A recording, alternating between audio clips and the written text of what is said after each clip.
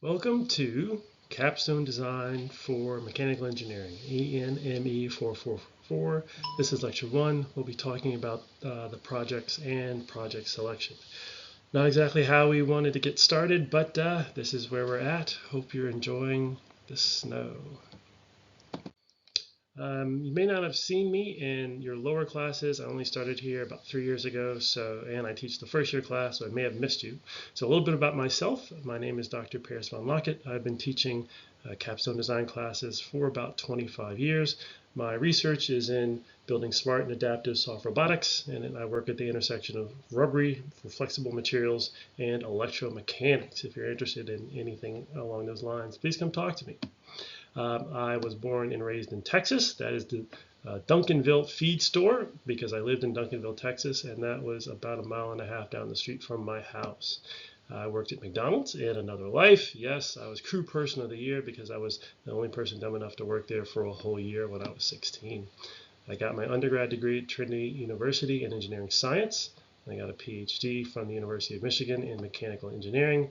My first job was at Rowan University, which focused on engineering design and entrepreneurship, and that's where I got sort of the spark to do this work. I worked at Pennsylvania State University for about 10 years before I came here, and that is my beautiful wife, Nikki Dickerson von Lockett, who is amazing. She's actually been invited to speak at the Federal Reserve Bank a handful of times, so she is a go-getter. And that is my little daughter. She is not that small anymore, but this is one of my favorite pictures from goodness, that has lettuce and green leafy things that we picked from our garden that she helped us plant, and she's just dancing because she got to pull food right out of the ground and eat it. If you want to get me distracted about anything, just bring up barbecue. That is a passion of mine, and I'm getting used to Maryland and Old Bay seasoning kind of everywhere.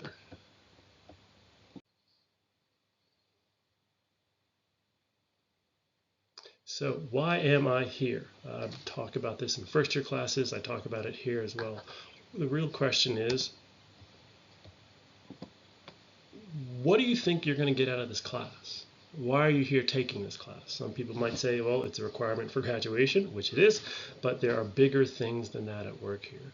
Yeah. So take a few minutes to jot down an answer to this question, and instead of discussing it with folks, since we're not going to do that, I'll make a discussion board where we can sort of post our answers there and talk about them, because the answers are supremely interesting, supremely important to your future. If you know where you're at and you know where you're going, you have a much better chance of getting there.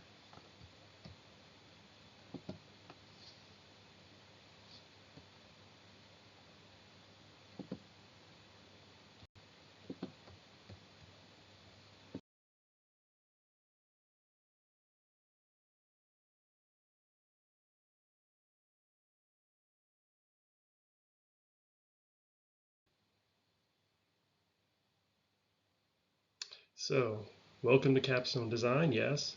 Now, what is it? On the right, you see pictures from a previous Capstone Design showcase in the atrium, where students are showing off the projects that they have completed. So in this Capstone class, you'll use the skills and knowledge you've gained over the past semesters to complete a project. This project is completed for a customer. That's in bold because it's important. We're going to call them the sponsor, and you'll be tasked with a few things. 1, determining their needs.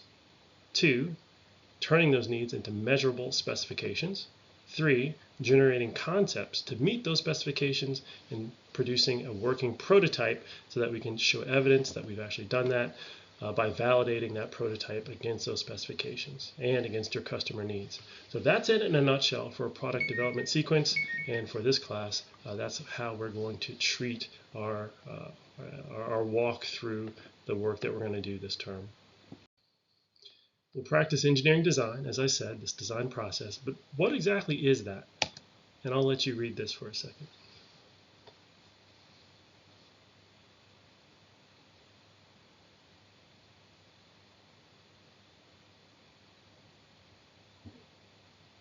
So again, that's it in a nutshell. We use what we've learned. We use physics, math, and the sciences. We identify a problem. We apply that knowledge to the problem using our own creativity, our own experience, to come up with products or systems that meet those objectives of that problem. That's a cool way to do it. It's kind of straightforward in terms of its explanation, but I also like to say, or I should say, I also like to look at it a little more broadly and maybe even a little more philosophically. And we can look at it philosophically through a haiku. One of my favorites is the one on the top right, and these are all from ChatGPT, asking it, what is engineering design? And it comes back with a handful of things. If you do it multiple times, you get different things. But design sparks in the mind, creativity unfurled, solutions take flight.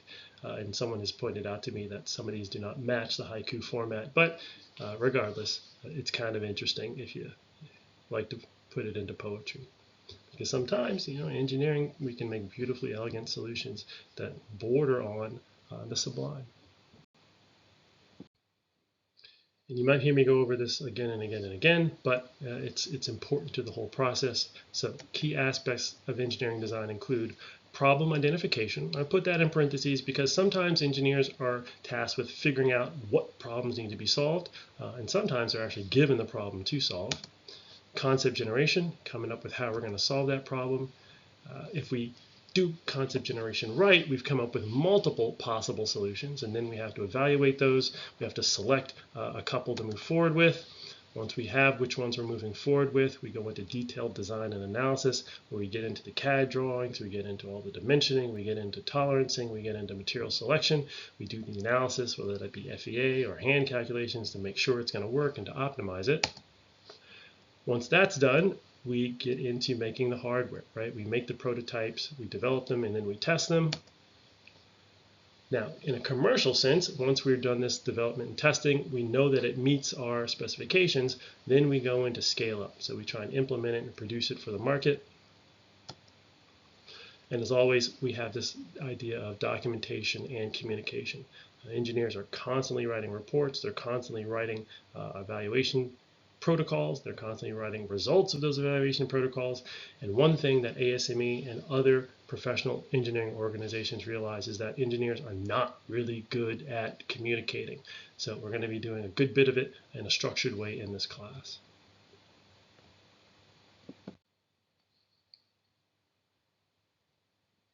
Professional practice, that's another thing we're going to focus on a little bit in this class, but critically important to your future as an engineer. This class will be a little bit different than other classes in that, consider we are an engineering department in a company tasked with completing projects. That's the what. So we are the engineering department in mechanical engineering. We're going to call that who we are, and that's going to be our ethos moving forward.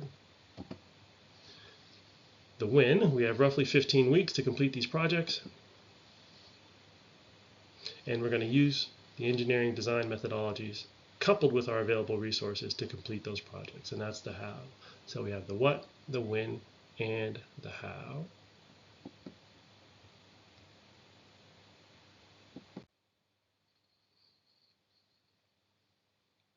What projects are you going to be working on? Well, you're going to have the list of current projects and their descriptions.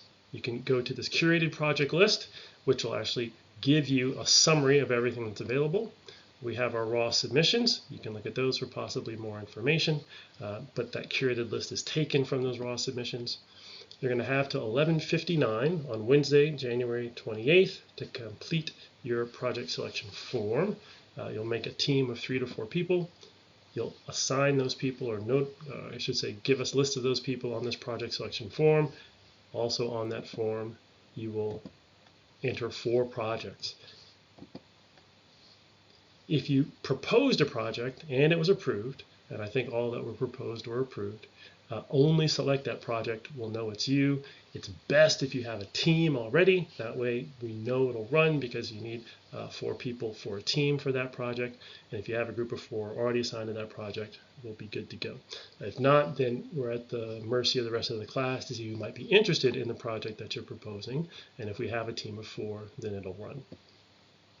We'll do our best to give you one of your top 4, but it does not necessarily always work out that way, although most time it does. But consider game theory. If there's one project that looks awesome everybody's going to sign up for it. If there are 4 projects that look awesome, everybody's going to sign up for them. And then if those are the only 4 you sign up with, you're left to the vagaries of chance to see what other projects you might get. So it's just like sort of picking colleges, right? You've got your reach, you've got your reach college, and then you've got all the ones that you kind of want to really get into, and then you've got your sort of backups. So consider it that way. All right.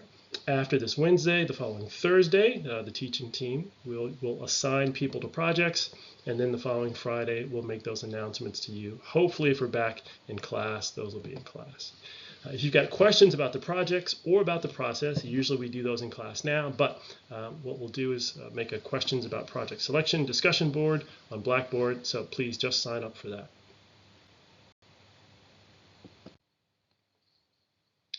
Okay. So here are all the projects that are available, and you can take a moment to, if you're looking through the slides themselves, go back to those, click on that link. The link's also in Blackboard, but here are the names and the contact information for the people assigned to the projects. Please, please, please, please be aware that project number 4, the ENME 464 demo unit upgrade by Dr. Breitenhoff, that will be housed at Shady Grove, yeah, and also project number 6, design and control board for pneumatic actuation of soft sleeves to mimic the pulsating motion of a heartbeat. That one by Professor Bhattacharya. That one also will be housed at Shady Grove.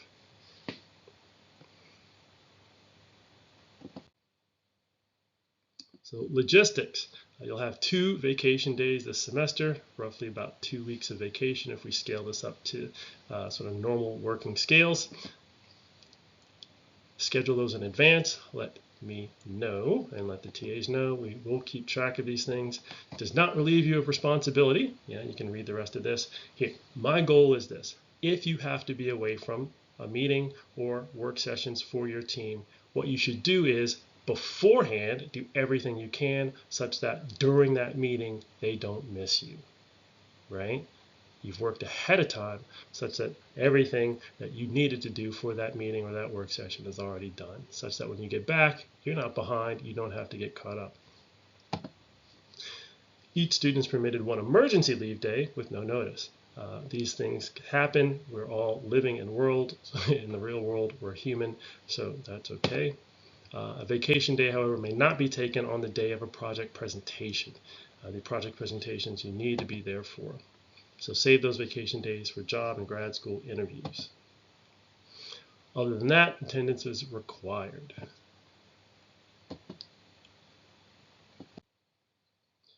Code of conduct, cell phones, chats, any distractions should be turned off or on vibrate during the semester, during lectures. Look, if you have dependents, people who rely on you, if you are expecting phone calls about jobs or internships, those sort of things, of course, are important. If you have to take those things, please just excuse yourself from class, quietly walk out the back. When you come back in, also be quiet as well. Texting and web surfing during class, however, are never appropriate. So imagine you're in a meeting with your boss, and you're just sitting there on your phone. So let's sort of use that as our paradigm. All right, so that's it for this opening lecture. Please complete the signups by 11:59 on Wednesday the 28th, and use that Blackboard discussion if you have any questions about the projects or about the process. And welcome to Capstone Engineering.